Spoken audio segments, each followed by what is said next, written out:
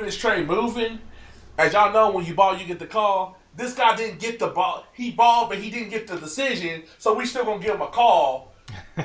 So up to the day, I would say wouldn't you say it's the most controversial decision so far in 2018? It's one of them. You look at the MMA decisions page with the media. I mean, out of like 30 people, only 3 scored it for Darren Till. So, Steven, I know how you felt, man, but how does it feel given some days and some time to digest it all? You know, all I can say really, it is what it is. I mean, there was. I don't know if you guys watched the fights last night. There was some really close, controversial fights as well, and it's starting to get more and more like frequent. You know what I'm saying? Like, I don't know what it is. I don't know if it's just the judges they're getting. I mean, are they getting any training? You know, learning how to judge MMA. Somebody had told me it was a lot of boxing guys coming over to MMA and just not knowing how to judge right. But I don't know what the case is. But I'm a little disappointed. But you know what? That fuels me and drives me to push myself even harder, even stronger, even faster. Next time I step in the octagon, you're gonna see the best Stephen Wonderboy Thompson. Give us some insight what happened. We heard something that wasn't public happened. Oh, say that again? Give us some insight to what happened. Man, you talking about during the fight? Yeah. First round I felt great. That's always the first round is kind of a filler. I kind of want to see what the fighter feels like, how strong they are. He didn't feel strong, like tiring strong, but he was just a big mass. So I knew when I would blitz him and trying to hit him, most people they'll back up or they'll react to the punches. He was just like hitting a brick wall, basically. I think there was one point where he shoved me off and I flew across the dang octagon. I don't know if you saw it or not, but yeah. I felt good. And going into that second round, he was really focused on kicking me in the knee. Ended up hitting me in the knee, hyperextending my knee, and I ended up tearing my MCL. So during the fight, the same knee I had, all the surgeries on. I had 4 surgeries on my left knee and 2 on my right. About 10 years ago, I tore every ligament in my left leg. And so, after he hit it, I could feel some crunching going on. So I backed up and I shook it off. I don't think I should have done that because he realized that he ended up hurting me, so he kept going for it. So during the fight, not only did I have to focus on not trying to get punched in the face, but I also had to focus on keeping my knee stabilized during the fight. So which kept me from doing a lot of my kicks and stuff that I wanted to pull off that we really worked on. So I had to kind of stay on my bike and move, so to speak, because if I stood there long enough, I was afraid he was going to kick it again and ended up, the fight being over right then. Definitely don't want to be out for 3 years once again. After my first knee surgery, I was out for 3 years because of the ACL. So I didn't want that to happen. I'm 35 years old, and I want to be able to do this as long as I can. So I had to stay on my bike and keep moving, and try and counterpunch him. If you ever fight him again, would you fight him over there again or anywhere but over there? Heck no, I would not fight him over there. No. I think the crowd had a lot to do with the judges' calls. I mean, there was a lot of punches that he missed me with that he just whiffed, and everybody was like, "Oh!" The crowd would go nuts. He wouldn't even hit me. Wouldn't even come close. And I could remember hearing the crowd going crazy. I'm like, the dude didn't even hit me. He wasn't even close to me. So I don't know if that had to do with how the judges called it, but I wouldn't do it. I mean, the judges, there was 2 UK judges and 1 Australian judge. So I was like, how is that fair? Yeah, that's got to be tough, man. I remember thinking the same thing as the fight was playing out. I was like, it seemed like anytime he had or even attempted to strike, the crowd was just going nuts every time. And, like you were saying, he was missing a lot of those punches, but the crowd reaction, it made it seem like everything was connecting, and it wasn't. And I definitely think that the judges had that effect on them because they're sitting there cage side, they're hearing everything. I mean, if anybody listening to this hasn't been inside a UFC event, and especially a main event like that when the crowd's all hyped up, dude, it's deafening in there. It's absolutely deafening. Oh, it was. You know what? Leading up to the fight, the fans were awesome. Everybody was really respectful, very kind. I can't wait for the fight, man. It was great. Had a lot of Liverpool fans coming up to the hotel wanting autographs and stuff. But as soon as I walked out, man, the place erupted in boos. I mean, and it was funny. Like I couldn't help but smile because I'm walking out there and it's like I'm the bad guy. You know, I'm like the enemy. But it was funny because everyone was booing me. But as I was walking out, they're like, dude, give me a high five, bro. Boo. You know, give me a high five. Give me a hug. Give me your shirt. Boo. And they were still booing me. So it was fun, man. I mean, I had a great time there. We spent 3 days after just touring, went to Wales. Beautiful country, man. What was nuts was as soon as we landed, it was sunshine the entire time, which they said does not happen. Doesn't happen. It was sunny the entire time we were there. It was beautiful. But I would love to fight there again, but I would not want to fight somebody from there, you know, if I was going to fight there. That's fair. So let's switch gears a little bit. Last night was a pretty significant fight for your division, RDA against Colby Covington. What did you make of that fight? And how it played out? You know what? The world hates Colby Covington, but the dude is a scrapper. The guy has got like crazy cardio. He goes out there, bangs it out, and ends up. He beat him. He went out there and did what he said he wanted to do. I wanted him to lose. I wanted to get him knocked out in the first round. I wanted RDA to go out there and put him to sleep. You know, he does talk a lot of trash, and sometimes it's like a little too much, a little too personal. It's like, dude, come on, man. You really didn't have to go there. You know, it's almost like he's trying. It's almost like he wants people to hate him. He wants to be the bad guy. Mm-hmm. But he went out there and did work, man. You know, hats off to RDA because Colby Covington was relentless. He kept us cool. RDA kept us cool the entire time. I thought he had some really good rounds, especially when he started working his wrestling and taking him down. I think Colby Covington did not expect that at all, which it worked for him. But I think defending Colby Covington's takedowns just over and over and over again definitely tired him out. So he wasn't able to take him down and hold him down for very long. So, yeah, man, it was a huge step. Do I think he can beat Tyron Woodley? I don't think so. I don't think he's strong enough. I think Tyron Woodley's takedown defense is too good. And he's got that one. There was a lot of times that Colby Covington got tagged. He did. He got hit. And Tyron's more explosive and hits a whole lot harder. So I don't know, man. I don't see him beating Tyron, but I also said that against RDA, and he went out there and did work. So we'll see, man. Steve, just to follow up on your knee injury, but how long are you expecting to be out? You know, they told me 8 weeks, 6 to 8 weeks minimum. I'm taking it easy on my knee, but I'm still back into training, sitting in a chair, hitting the bag, man. You know, always keeping ice on my leg. So hopefully by the end of the year, hopefully we'll have something set up. That's with my fingers crossed. That's what I want. Who? I have no idea. No idea. You think he'd be back on MSG? You know what? That is. I love fighting at MSG. I keep telling my co-host here he hasn't been. I'm like, cause like I cover other sports like NBA and stuff, and I'm like, the Mecca, you got to go in there. But the 2 times I've been in there, cause it was different circumstances with Connor and you and Tyron, you knew something was gonna go off because it's too much. Last time it wasn't like that until you walked in on fight night and you saw 3 ass whoopings and 3 new champions. So it's like once you go Saturday night when you walk up in that thing, you just get that vibe that shit gonna break. Oh man, you got that right, man. It's like no other venue I've been to. MSG is literally it's always the biggest card of the year at Madison Square Garden. I want to fight there again. That would be awesome. Hopefully I'm ready for that. And I don't know, man. I want to fight somebody in the top 5. You know, I got bumped down to number 3. You got Robbie Lawler. Hopefully, things may end up just right because I know he had knee surgery several months back. So hopefully everything will go all right, and maybe the timing will be right. Maybe we could face each other or something. I got fans all the time asking me, why don't you fight Robbie Lawler? Why don't you fight Robbie Lawler? I think, I have a lot of respect for him. I think it would be a barn burner, man, because he's one of those type of guys who just stands there and wants to bang it out. You know what I mean? I love fighting guys like that. Without getting hit in the knee, of course. You know the hell they're going to be at, though. Yeah, I know, man. So hopefully we'll get that shot at MSG. That would be sick. Yeah, that would be the perfect fight, I think. I mean, there's some history there, as we know, between, with your back and forth with Tyron. Way back then.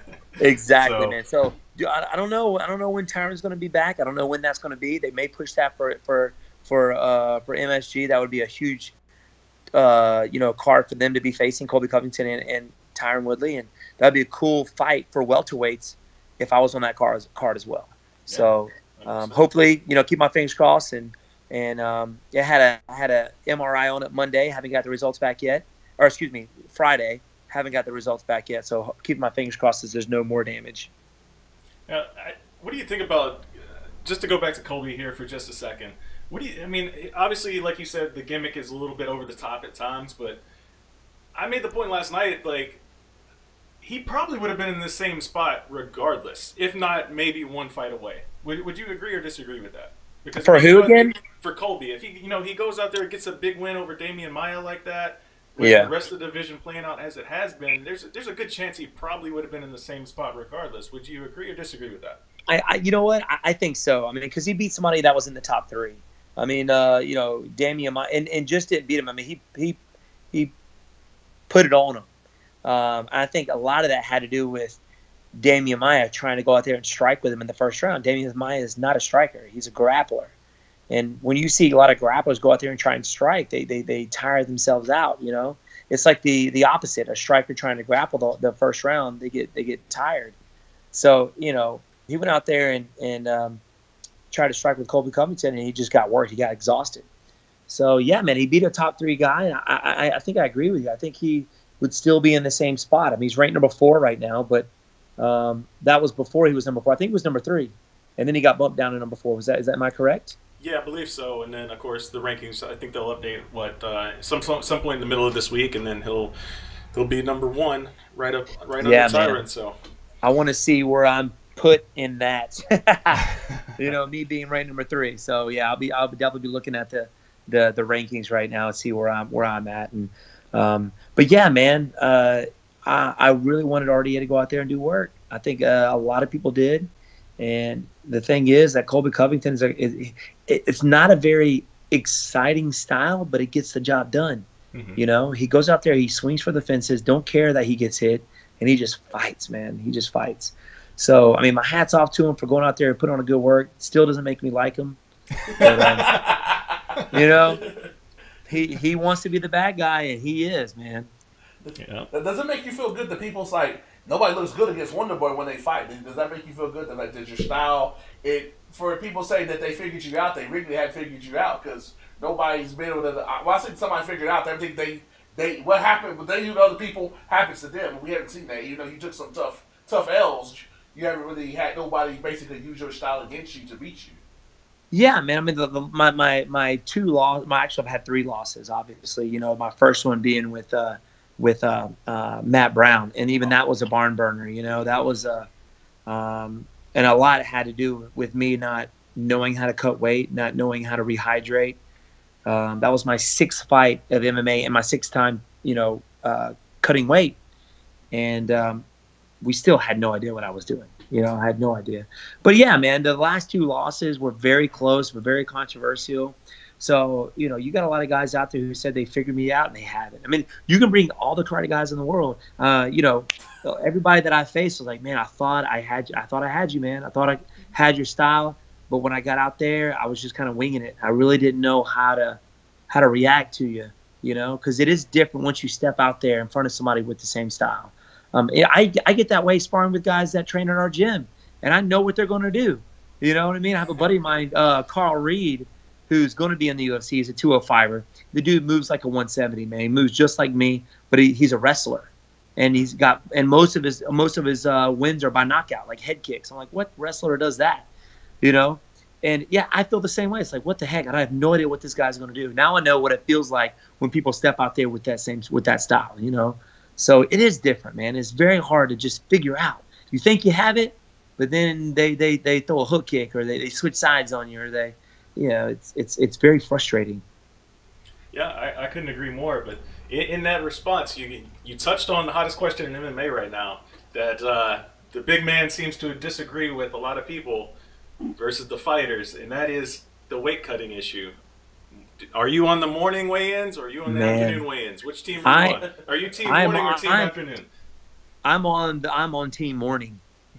Okay. I'm on team morning. The reason for that is, I mean, because I cut the weight the night before, or I'll get up at 6 a.m. and finish maybe the last 2 pounds, and those are the hardest pounds to lose, or those last 2 to 3 pounds, and you have to stay down at that weight until what, 5 o'clock, the next day. After my last weight cut, I realized, man, I used to wait. I was struggling, man. I was like, golly, man, this is the worst, and I can weigh in at 9 o'clock. And I was like, how did I do this before? Waiting till 5 o'clock, literally staying down and wait all day. It drains you, man. What I think it is, I think people found a new way to cheat. I think these guys are not making weight so they can win the fight, and they don't care that the guy will get 20% of the purse because they still move up in the rankings, and they'll get paid more because they won. They won the fight, and people just aren't disciplined, man. They're not being disciplined. I've never missed weight. There's a lot of people, a lot of professionals out there who take it seriously. They get down and weight. They sign a contract to be at that weight, and they're there.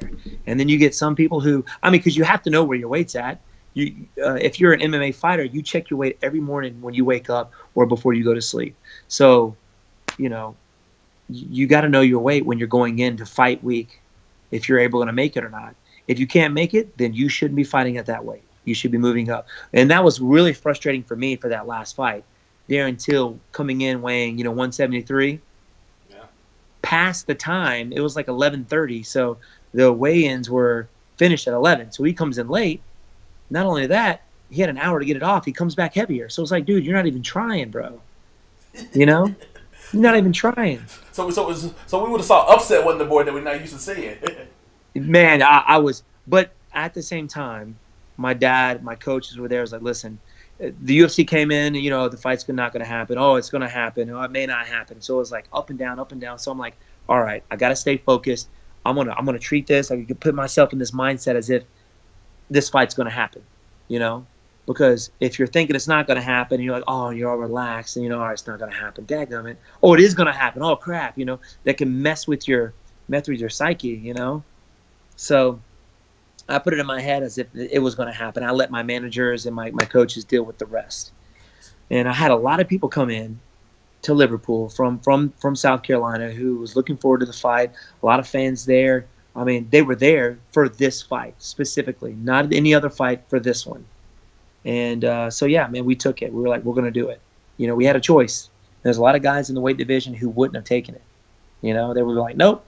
I wouldn't see Tyron being like, all right, I'll take it. He'd probably be on his way home by now, It kind of sucks to be put in that position, though, because, like I was kind of talking to a couple of my buddies, and I was just like, Wonder Boy's kind of like in a lose-lose situation here, because if he doesn't take the fight, all of a sudden he's the bad guy for not taking the fight. He's not the, these hashtag MMA fans be like, oh, he's not a real fighter if he doesn't want to take the fight, because if you know how people are, especially on the internet. Oh yeah, man, you'll get backlash, and that was kind of going through my head too. Like, I'm in a lose-lose situation. Hey, the guy doesn't make weight. I'm in his hometown, of Liverpool. And now I got a choice whether I take it or not. That's why I was like, what, coaches, you handle it. I trust your judgment. I looked at my dad. He's like, dude, you know what? We do this for the honor and for the glory. Let's go out there and let's do work. So I'm like, all right, let's go, man. Let's go out there and let's do it. But, that said, then again, it's like nowadays you really cannot leave it in the judge's hands. If it was close, like the Orlovsky fight. I don't know if you guys watched that last night. I thought Orlovsky had it. I thought he had it, man. That was like, he was picking the dude apart. Broke the guy's nose. Yeah, the guy hit him a little bit, but Orlovsky didn't take any damage.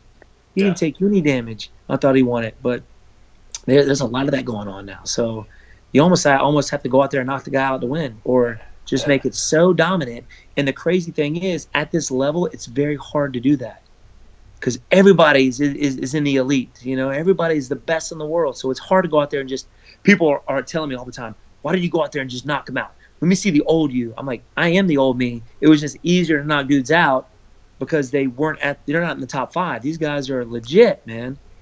How much big difference that 30% make? Like, is that enough money to pay your camp or get you an extra fun thing for one of your loved ones? Does it really make that big a difference? You know what? It doesn't make it worthwhile. No. I felt like I won the fight, and it's still maybe for some people, like I said, I don't do it for the money. It doesn't make me happy. Like I'm sitting there thinking to myself, kicking myself in the butt, like, man, you did get kicked in the knee. No, man, I should have gone out there and knocked the guy out, man. But the guy he came in heavy, really heavy. No, it doesn't matter. Like I should have gone out there and knocked the dude out. So with that just pushes me to go just to train as hard as I can, man. Just to go back and really work on. During the fight, I wanted to go out there and take this guy down, but that leg, that knee shot that he hit me with, really affected me doing any of that. Like I couldn't plan on my leg, I couldn't move really well, I couldn't work my angles because I had to focus on keeping that bad boy stabilized. And I felt like if I stood there long enough, if he hit it again, my career would be over. So I was like, either stand there or get on your bike and move. So I was like, you know what, I'm gonna move. I think I shot in one time. I ended up like getting him down, but it got back up real fast. Yeah. So I wanted to work my wrestling, but people haven't seen that part of me yet. So, you might see a little bit more of that. And what really drives me to really push and really work that was watching Holly Holmes last night. She's known for her striking, but she was really working her wrestling. It was like, dang. Now people gotta go back and think about their game plan on how to fight Holly. Yeah. And closing off the ring. Why do 95% of the male and female do not know how to close off the ring? And somebody that does is somebody like Cyborg. That's why she's a monster. People do not know. Like, prime example, if Yoel closes off the ring on Robert, ain't no getting away. He going to sleep. Ain't no surviving. But he couldn't cut off the ring, therefore he gave him a chance to survive, and he survived. As close as it was. Yeah, it was almost as if I thought he was injured. Like I was like, what is Yoel Romero doing? Normally he's really pushing his wrestling. I don't know if he was trying to save his energy right off the bat because he did kind of have he struggled with the weight cut. But I agree with you, man. I don't know if he was afraid of running into something because Robert Whittaker's counterattacks are just something special, man. Or if those leg kicks to the knee had any effect, if that kept him from trying to cut off the ring. There's just a lot of variables out there during the fight that are just like, why isn't he doing this? It could be because of this. It could be because of this. The girl that fought Holly Holmes, she tried to cut the ring. She was very aggressive coming forward. Holly Holm was backing up, but after she took her down, the girl had to rethink. Man, if I'm too aggressive, I'm going to end up getting taken down again. So, it was very smart for Holly Holmes to just go in there and shoot for the takedown. Was it pretty? No, it wasn't pretty takedowns, but she got her down. And I think that had to do a lot with her trying to cut off the ring as much, Here's a two-part question. One, do y'all be talking when you see people like Yoel, look like he's about to die? Or just the craziness of somebody coming on fight week, say fight at 155, they weigh 180 on Monday. Do y'all talk about how in reality that's like how dumb that is? And two, do you feel like you could be the middleweight champion since you done something no one else can be? Like you could legitimately walk around saying that and legitimately have some claim to some shit like that. About the weight cutting thing. Yeah, I think people should have more. I think their coaches should have more of a grasp on it. Not coming into fight weight weighing a lot heavier than what you're supposed to be. The UFC, you're supposed to be within like 10% of your weight or something like that. I show up during fight week probably 10, close to 15 pounds heavy, but there are guys that come in 25 pounds heavy. It's like, what are you doing? You're killing yourself, Yeah. But it makes sense. I knew the Robert Whittaker thing was coming off. Man, I saw Robert Whittaker not too long. It was in Brooklyn. I saw him. The dude is a monster. He struggled to get to 170. Yeah, he made 170. But when I saw him, I'm like, dude, you are jacked, bro. Like that guy. He's got a big frame. I don't know if you ever stood next to him. Yeah. He's got a big barrel chest. He's got a big frame. So, he's naturally a 185er. I know he's not as big as Chris, but he looks like he can fight at 205 comfortably. I think so, man. I mean, he's a big dude. He is a big dude. And I don't think he's on the bigger side of the 185ers, but he walks around probably 215, 220, got to. But he's solid, which I think why he performs as good as he does because he doesn't have to cut as much weight. I don't know what his weight cuts are like. That's just me assuming that. And I think he's a different animal, man. I mean, being at that weight, I think he feels a lot better. But I get that a lot, man. You know, you feel like you're the middleweight champ now. You know, like Whitaker is a different animal than we had a lot to learn back in those earlier days. I mean, it's like 4 years ago we fought. The guy's he's changed a whole lot. I've changed a whole lot. We're both better fighters. That's just the way it ended up, man. Then and there. So, do you think I could beat him again? I don't know. He's just a completely different fighter. He's very well rounded, man. Hats off to him. I'm rooting for him. I really am. I was rooting for him. That's awesome. Steve, before we let you go, man, I got one task for you. We asked our previous guest, Neil Magny, who was just on, to complete this task. So if you could get this done for the show, we'd appreciate it, man. If you could reach out to all of your fighter friends, your training partners, ask them, are they team morning or team afternoon? Because, Dana's been saying majority of fighters, yet I have not seen a single one say they want the afternoon weigh-in. So I'm looking for them. I just want to know who they are. Please, me too. Help me find them. Help me find them. First off, where are they at so I can smack them?